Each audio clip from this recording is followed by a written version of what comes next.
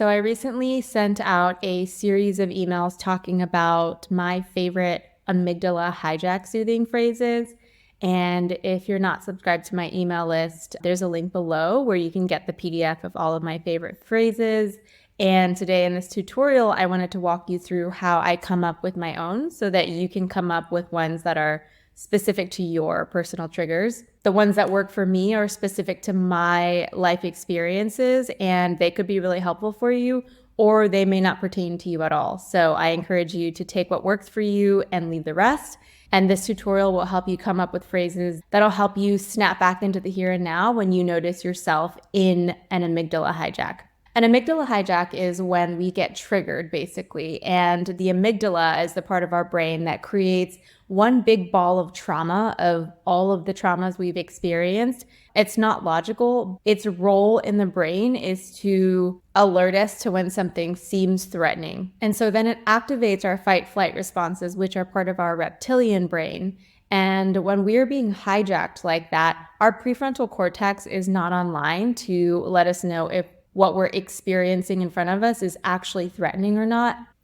And this is a beautiful human adaptation that we have in order to keep us alive. But a lot of the times in our real life, we may be trying to expand into new experiences that aren't actually threatening, but just unfamiliar. And when we're triggered into these states, it's hard for us to respond in a way that is in service of the relationships that we want to call into our lives, or in service of the kind of job or expansion into finances that we want. For me, I've been calling in a secure, committed relationship for a long time. And I have had a long history of sexual trauma, relational trauma that I talk a lot about on my social media and my email list. I teach a lot from my personal experience because that's the education that no institution could ever give me.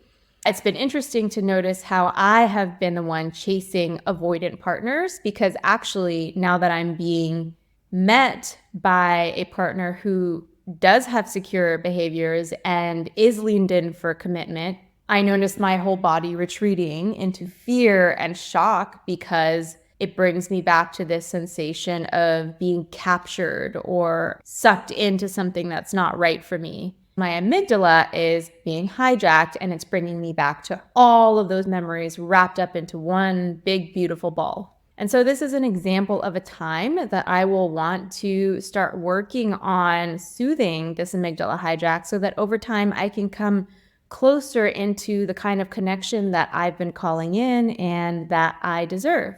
Now let's just go through each step of how to come up with your own amygdala hijack soothing phrases. And this is the process that I go through with myself and the process that happens in my sessions with clients so that they start to be able to soothe themselves outside of our sessions. So step one, you're going to identify the trigger that keeps coming up for you that's been repeating itself. And it's like, you know, it's something that happens to you and you probably know what it traces back to and why it's there, but you don't know what to do about it. And it just keeps happening. Maybe you're in a relationship and you say you want a committed relationship, but you keep freaking out every time the other person gets closer to you. So step two, I want you to simplify this trigger down to its sensations. So sensations in the body are like tingling, expansion, cold, hot, spiky, gooey, gaseous. There are so many words that could describe what sensations are like, but I want you to get into the feelings part of your body and start to notice when you bring yourself back to this trigger that happens. You could bring yourself back to a recent memory where it happened, and maybe even close your eyes and allow yourself to go back there. And then just like start to scan your body and notice, what are the sensations that happen when you're back in this place? For example, when I'm thinking of when my partner was talking about a future in our relationship, I noticed an immediate clenching in my throat, closing up in my chest, like this feeling of a box closing in around me while my heart rate started to speed up. And then noticing my eyebrows furrow and my thoughts kind of turn into a big wide blank space. So that's just an example, an illustration of what sensations can look like in your body. And so now we're going to go into step three, where we're tracing it back to the root of these sensations And just so that it's not unbearable, I want you to just imagine creating some space around these sensations. So if there was a constriction in your chest, in your head, in your throat, imagine if you could just literally place some space around it and just notice what happens if we can just be with it a little bit longer when we place space around them. How old do these sensations feel? Maybe there's an image of a younger you that shows up here. How old are they? Even an old memory or event might come up. Just allow yourself to be with these sensations and notice whatever arises in your body. And when you start to get an image or a memory or just like an inkling of this younger version of you, when you start to feel how young this part of you is, step 4 is identifying the need for this little self. So calling on your higher self to be here with your little self, allow your higher self to ask this little version of you, what do you need? Identifying your need here is paramount because that's the part of you that is sending alarm bells throughout your body whenever you're getting triggered into this amygdala hijack. For example, with my little self, what she really needs in this moment when she's getting triggered by her partner being very assertive and wanting commitment, my little self needs to know that I have full autonomy and freedom, that I still have space to choose the relationship that I enter into, and that I'm not just being captured without my will. So freedom is like really important for my inner child here.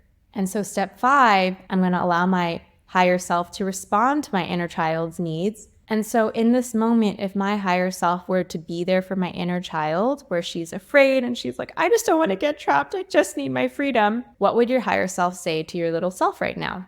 And for me, my higher self would say something along the lines of, hey, just because this person likes you doesn't mean you owe them a lifetime, or it's okay for you to take your time, or you have space to choose.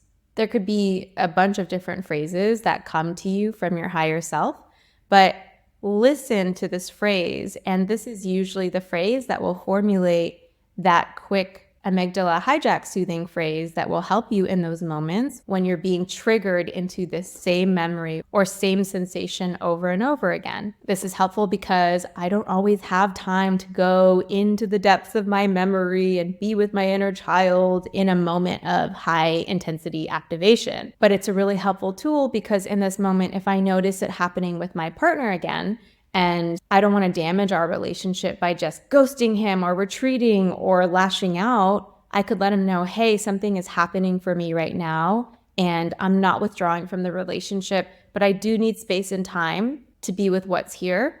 And then I might be able to go and just tell myself, you have space to choose. Just because he likes you, you don't owe him a lifetime, and you can take your time. And then the important part when you're using these phrases is to really notice your sensations and how they might shift or change after you use the phrase.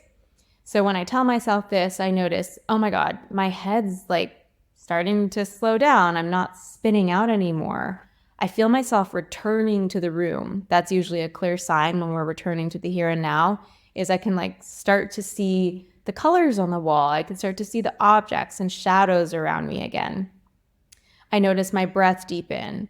I notice more space and expansion in my chest. And usually I feel kind of like a settled feeling, as if, if you were to take a jar full of dirt and water and shake it up, it's like starting to settle back down to the bottom again.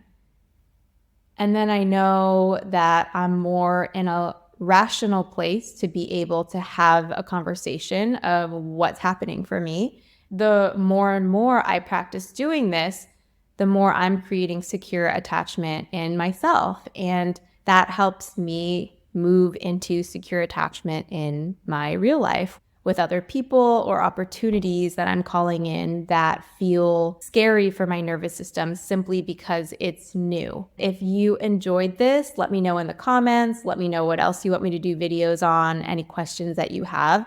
I'd really appreciate if you like and subscribe to this channel. If you want to dive deeper into how to alchemize your wounds into your gifts, your radical aliveness, your love, your expression, the fullness of who you are, click on the link below to work with me in my one-on-one somatic spirit journey. And also, I'm launching the second iteration of my 6-month group program, Awakening the Wild Woman, which begins in October. So you have the links to all of those below. I'll see you in the next video.